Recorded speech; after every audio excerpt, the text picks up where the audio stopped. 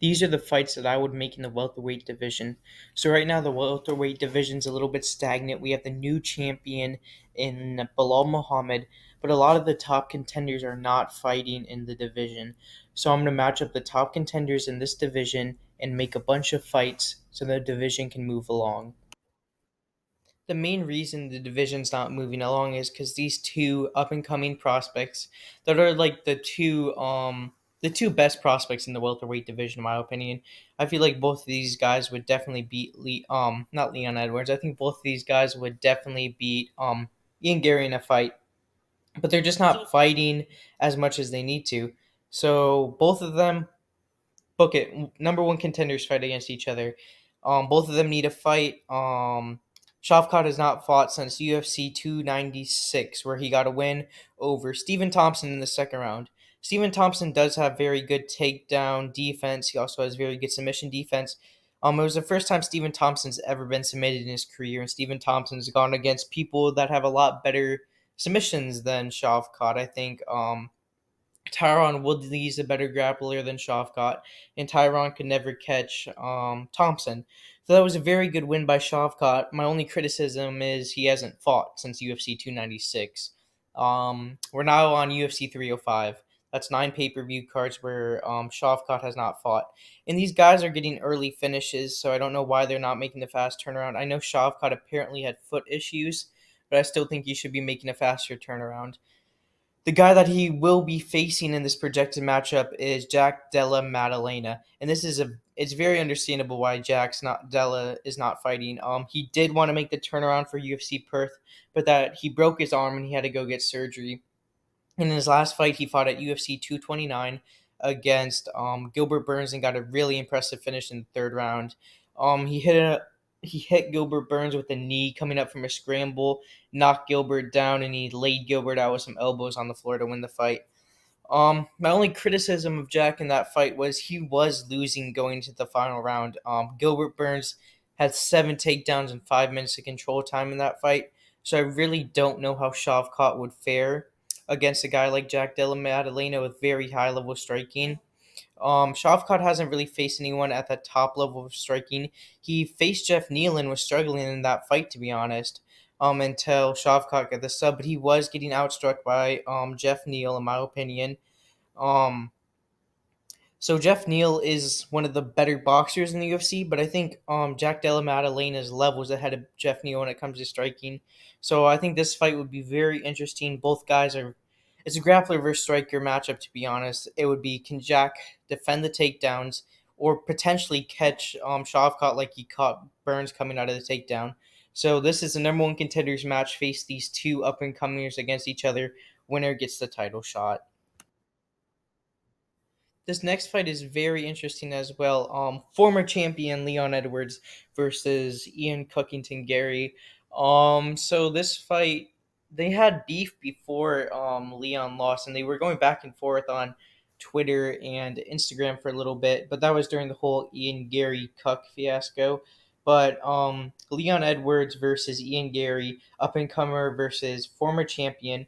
We all know that Ian, how good Ian Gary is. I don't people really say that Ian Gary is not that top level, but I think people just hate on Ian Gary because of who he is as a person, not as a fighter. That fight against Michael Venom Page was a very, very boring fight, but at the end of the day, Ian Gary did outstrike MVP, but he only threw 65 strikes, and MVP only threw 52. But the amount of control time that Ian Gary got against Michael Venom Page, I was not thinking that Ian Gary was that high level of a wrestler. I honestly thought Ian Gary couldn't wrestle, but he was preparing for that Colby Covington fight, so it does kind of make sense that he can wrestle at that high level. Not high level, but we've never really seen MVP be taken down and controlled like that. I'm surprised Kevin Holland couldn't do it, but we all know Kevin Holland's not the smartest fighter. So I think this fight would be very good. Apparently, Leon Edwards has knocked out Ian Gary in training before. They used to train at the same gym, and Ian Gary was actually asked to leave, and now he trains in Brazil. So this fight past history with each other. Apparently, Leon's knocked out Ian Gary before. They have beef with each other. This could also be a number one contenders fight. I think Ian Gary gets it done though. I think Leon's never going to touch the belt again. I don't think Leon's even going to get a title shot again. Um, I think Ian Gary's a high level striker. I think he's a so I don't think Leon will try to wrestle Ian Gary, and if he does try to wrestle Ian Gary, I think Ian Gary showed in the last fight he has the ability to get takedowns, and he didn't show that he could defend them, but he shows he has the ability to get takedowns. So I think that Ian Gary is a better striker than Leon Edwards, and I think he could defend the takedowns of Leon Edwards. But this would be a very fun fight to make. Both of these guys have past history with each other, like I said, and make it a number one contenders fight. Winner gets, unfortunately, the champ Bilal Muhammad. And the champ Bilal Muhammad should fight Kamaru Usman. Yes, ladies and gentlemen, Kamaru Usman versus Bilal Muhammad. This is the fight to make. None of those. Leon's not ready to make a fast turnaround and fight Bilal. Bilal said he wants to fight soon too. He said he wants to fight. Kamaru Usman and him have been going back on Twitter. JDM doesn't deserve a title shot. Ian Gary doesn't deserve a title shot. Kamaru doesn't deserve a title shot either, but he just has that legacy in the welterweight division where he can get a title shot. And let's be fair. Kamaru Usman has only lost to the champ at 155 recently. He lost to Kamaru Usman lost to Hamzat Chimaev. He lost to Hamzat Chimaev at middleweight though. So even though he is on a losing streak, I think the UFC would give Kamaru Usman a title shot. He stepped up on short notice and fought Hamzat when Hamzat needed a fight.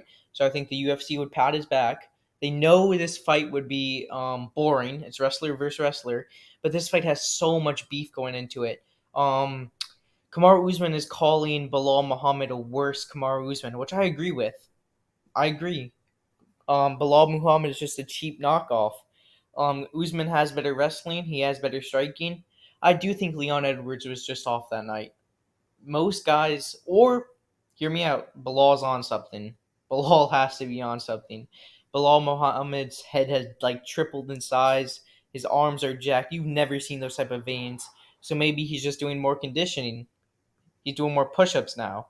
But I do think that they're about the same age too. Both of these guys are around that age. But I do think that Kamaru Usman beats Bilal Muhammad if they fight.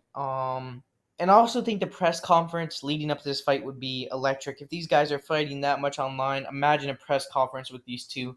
Bilal's not the most boring at press conferences either. He was low-key getting cooked by Leon Edwards. But all Leon Edwards can say is headshot dead. And it's super, super annoying. That's so overused. I think Kamaru Usman could definitely cook Bilal Muhammad if they had a press conference. These guys are already beefing on Twitter, like I said. This would be the fight to make. No one's ready to fight in the welterweight division that deserves a shot. So let Kamaru Usman get one last shot on gold. I think he wins the fight. And I think Bilal Muhammad retires a bum. I hope Bilal or Kamaru might even retire if he loses his fight too. His knees are super bad. So give this to Kamaru as a retirement fight maybe. I think this is a matchup to make.